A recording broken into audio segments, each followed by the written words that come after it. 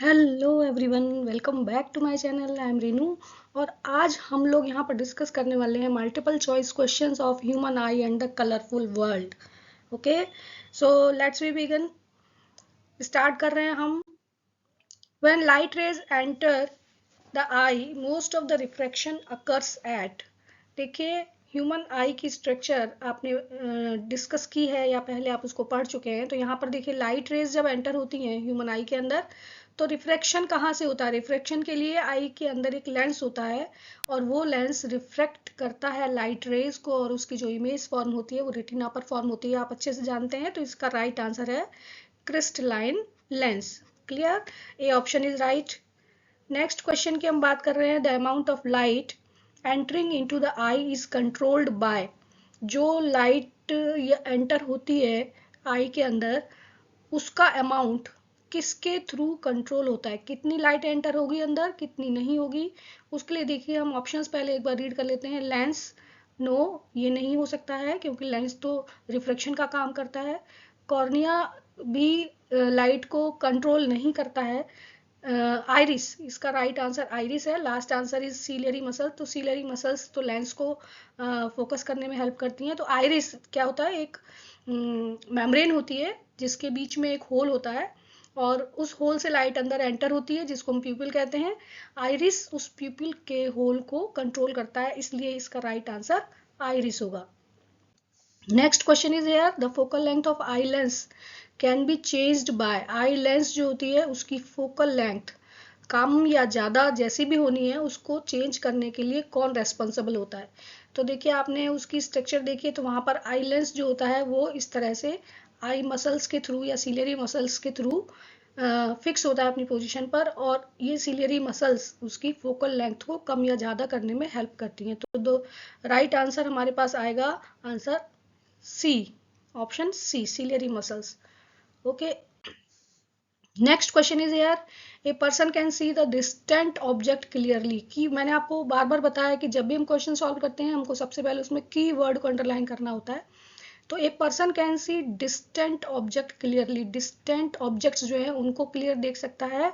और not can not see nearby object, nearby objects को नहीं देख सकता है। इसका मतलब लॉन्ग साइटेड है वो। ठीक है, तो वो कौन से डिजीज से सफर करेगा। ए person can see the distant object clearly, दूर की चीजों को क्लियर देखने वाली जो डिजीज होती है या जो डिफेक्ट होता है विजन का, उसको हम लॉन्ग साइटेडनेस कहते हैं। ठीक है, दो तरह की डिजीज है वो आप पढ़ चुके हैं, लॉन्ग एंड शॉर्ट साइटेडनेस। तो लॉन्ग साइटेडनेस, जब दूर की चीजें हमको क्लियर दिखाई देती हैं, तो ये हमारे पास ऑप्शन 1 इज राइट। ठीक है, ऐसा पर्सन जो कि दूर की चीजें देख सकता है वो लॉन्ग साइटेडनेस डिजीज से। Next question is here, defect of vision in which eye lens becomes cloudy. ऐसा डिफेक्ट विजन का जिसमें आई लेंस क्लाउडी हो जाता है, और ये आप सबको मालूम है कि आई लेंस जब क्लाउडी होता है तो वो कैटरेक्ट कहलाता है। तो देखिए, हमारे पास option presbyopia no, myopia no, hypermetropia no, cataract. Right answer is D. Next, the outer bulging part of human eye. Bulging part यानी बाहर निकला हुआ जो पार्ट होता है ह्यूमन आई का, ये पार्ट, ये क्या कहलाता है। लेंस आपका यहाँ पर होता है, और अगर आप इसकी बात करते हैं तो ये वाला जो पार्ट होता है आपका क्या कहलाता है, कॉर्निया कहलाता है। तो अगर हम यहाँ पर देखें ऑप्शन, नो, फर्स्ट नहीं, सेकंड भी नहीं, थर्ड भी नहीं, D option, cornea is right. Next, the image formed by lens of human आई। जो ह्यूमन आई में लेंस के थ्रू इमेज फॉर्म होती है वो कैसी होती है। तो देखिए, लेंस जो होता है उसका नेचर कैसा होता है, ह्यूमन आई के अंदर कॉन्वेक्स होता है, और कॉन्वेक्स लेंस से जो भी इमेज फॉर्म होती है वो इमेज कैसी होगी, वो एक्चुअल में रियल एंड इन्वर्टेड होती है। तो यहाँ पर ऑप्शन देख लीजिए, रियल वाले दो ऑप्शन हैं, इसमें second option is right, real and inverted image form होती है, और उस इमेज को फिर आपका ब्रेन जो है वो इंटरप्रीट करता है, फिर वो सीधा दिखाई देता है आपको, लेकिन एक्चुअल में जो रेटिना पर इमेज फॉर्म होती है वो इन्वर्टेड होती है। ठीक है, तो B answer is right. Next one, a person is suffering from myopia. Myopia से सफरिंग जो लोग होते हैं वो क्या नहीं देख सकते हैं। मायोपिया का जो दूसरा नाम है वो क्या होता है? वो होता है शॉर्ट साइटेडनेस।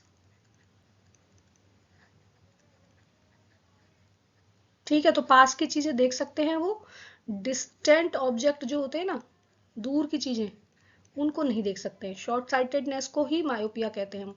तो यहाँ पर मायोपिया कैन नॉट सी, जिनको मायोपिया है वो नहीं देख सकते। क्या नहीं देख सकते हैं?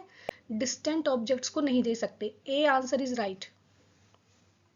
ठीक है, आप दूसरे ऑप्शन भी पढ़ लीजिए, ऐसा नहीं कि एक ही ऑप्शन पढ़ के आपने टिक कर दिया। बी ऑप्शन है object at any distance, no. Nearby object clearly, nearby object clearly ये इसका सेकंड नेम होता है, क्योंकि वो शॉर्ट साइटेडनेस होते हैं तो क्लियर देख पाते हैं। यहाँ पर हमसे पूछा गया कैन नॉट सी, तो कैन नॉट सी में डिस्टेंट ही आएगा, तो A answer is right. Next हम बात कर रहे हैं बच्चों least scattered colour of light. Light के 7 कलर्स में डिस्पर्जन होता है, और वो जो 7 कलर्स का बैंड है उसमें से सबसे कम स्कैटर होने वाली लाइट कौन सी होती है? जो लाइट सबसे कम स्कैटर होती है वो होती है रेड। ठीक है, next question, which of the following phenomena of light are involve in formation of rainbow? Rainbow formation में कौन कौन से फिनोमिना काम आते हैं?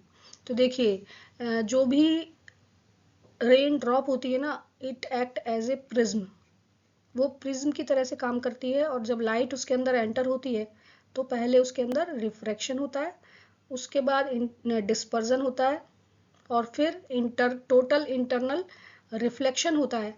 और जब वो बाहर निकलती है तो आपको वो बैंड के रूप में दिखाई देती है। इस तरह से ये होता है फिनोमिना। तो रिफ्रैक्शन से जहाँ स्टार्ट हो रहा है वो देखिए, दो ऑप्शन है आपके पास, बी एंड सी। रिफ्रैक्शन के बाद हमको जो ऑप्शन देखना है दैट इज डिस्पर्जन, डिस्पर्जन के बाद टोटल इंटरनल रिफ्लेक्शन। तो B option is right here. C वाले ऑप्शन में इंटरनल रिफ्लेक्शन है, सिर्फ टोटल नहीं है, तो ये हम B option is right here, B वाला ऑप्शन राइट है। नेक्स्ट क्वेश्चन की बात कर रहे हैं, twinkling of stars is due to atmospheric. Twinkle करते हैं स्टार्स उसके लिए क्या रेस्पॉन्सिबल होता है? जैसा कि आपको मालूम है एटमॉस्फेयर के अंदर डिफरेंट लेयर्स होती हैं, उन सबकी डेंसिटी डिफरेंट डिफरेंट होती है, और जब भी light rays coming from the stars उस वहां से पास ऑन होती हैं तो वो बैंड हो जाती हैं ड्यू टू रिफ्रैक्शन। ठीक है, तो यहाँ पर देखिए रिफ्रैक्शन से क्या स्टार्ट हो रहा है। हम सारे ऑप्शंस को डिस्कस कर लेते हैं। Dispersion of light by water droplets, no, ये तो पॉसिबल ही नहीं है। Refraction of light by different layers of atmosphere, ये राइट है। और बी, सी और डी भी देख लेते हैं। Scattering of light by dust particles, no, ये भी नहीं है। Internal reflection of light by clouds, no, ये भी नहीं है। ठीक है, तो हमारा B option is right. Different जो डेंसिटीज की एटमॉस्फेरिक लेयर होती हैं उनके थ्रू जब स्टार की लाइट हमारी आंखों में पहुंचती है तब रिफ्रैक्शन की वजह से वो स्टार्स हमको ट्विंकल करते हुए दिखाई देते हैं। Next question, the clear sky appears blue. Clear sky blue colour का दिखाई देता है, और ऐसा इसलिए होता है क्योंकि जो वायलेट एंड ब्लू लाइट्स होती हैं वो सबसे ज़्यादा स्कैटर होती हैं, और इसलिए आपको वो पूरा जो स्काई है वो ब्लू कलर का दिखाई देता है। तो यहाँ पर देखिए ऑप्शंस को डिस्कस कर लेते हैं। Blue light gets absorbed in the atmosphere, no, absorb नहीं होती है। Ultraviolet radiations are absorbed in the atmosphere, no, ये भी नहीं होता है। Violet and blue light get scattered more than lights of all other colors by the atmosphere, तो ये सी ऑप्शन इसका राइट है, क्योंकि वायलेट एंड ब्लू लाइट्स जो होती हैं वो ज़्यादा स्कैटर होती हैं, और इसलिए जब वो बिखर जाती हैं चारों तरफ तो फिर हमको ब्लू कलर का स्काई दिखाई देता है। नेक्स्ट ऑप्शन है light of all other colours is scattered more than the violet and blue colour light by the atmosphere, no, ये तो रॉन्ग है ही। तो इस तरह से हमारे पास ऑप्शन सी इज राइट, क्योंकि स्काई का कलर ब्लू हमको तभी दिखाई देगा जब वो लाइट ज़्यादा अमाउंट में स्कैटर होगी। तो ब्लू कलर की लाइट जब स्कैटर होती है तो पूरा स्काई हमको ब्लू दिखाई देता है। नेक्स्ट हम बात कर रहे हैं द डेंजर सिग्नल्स, जो कि टॉल बिल्डिंग्स पे या टॉल पोल्स पे लगाए जाते हैं, वो रेड ही क्यों होते हैं कलर में? ठीक है, these can be easily seen from distance, वो आसानी से दूर से दिखाई देते हैं।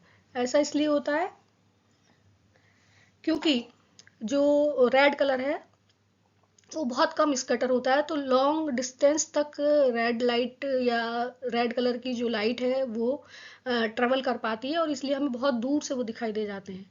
तो यहाँ पर हम कहें कि अगर वो स्कैटर हो जाएगा तो फिर हमें दिखाई नहीं देगा। तो ये देखिए first option, red is scattered the most, no, ये तो है होगा ही नहीं। स्कैटर होगा हो जाएगा तो वो हमारे पास तक नहीं पहुंचेगा। Red is scattered the least by smoke और fog, this is right answer, क्योंकि वो कम से कम स्कैटर होती है, इसलिए लॉन्ग डिस्टेंस ट्रेवल करते हुए हमारे पास तक आ जाती है। So they can be easily seen from the distance. C और डी भी रॉन्ग है। Next question is here, a person can not see distinctly object kept beyond 2 metre. Object की डिस्टेंस 2 मीटर है। This defect can be corrected by using a lens of power. Power of lens निकालनी है P, और इसके लिए formula हमारे पास होता है 1/f। और ये जो डिस्टेंस है ये f दे रखी है आपको 2 मीटर, और आप इसको अगर सॉल्व करते हैं तो आपके पास जो आंसर आएगा दैट इज 0.5d। और क्योंकि ये प्लस में है तो इसलिए ये प्लस साइन होगा, तो हमारे पास ऑप्शन यहाँ पर आना चाहिए first option A, that is 0.5d। Clear? Next question is here, last. Presbyopia can be corrected by using, presbyopia old age में होने वाली एक डिफेक्ट होता है विजन का, जिसमें कि ओल्ड पर्सन्स पास की और दूर की चीज़ों को क्लियरली नहीं देख पाते हैं, और उसको करेक्ट करने के लिए उनको बाईफोकल लेंसेज दिए जाते हैं जिससे कि वो प्रॉपर तरीके से देख सकते हैं। So it's all about that this video. Thanks for watching this, and जुड़े रहिए हमारे साथ इसी तरह से। चैनल को सब्सक्राइब करिए, ज़्यादा से ज़्यादा लाइक करिए और कमेंट भी करिए। Thanks for watching this.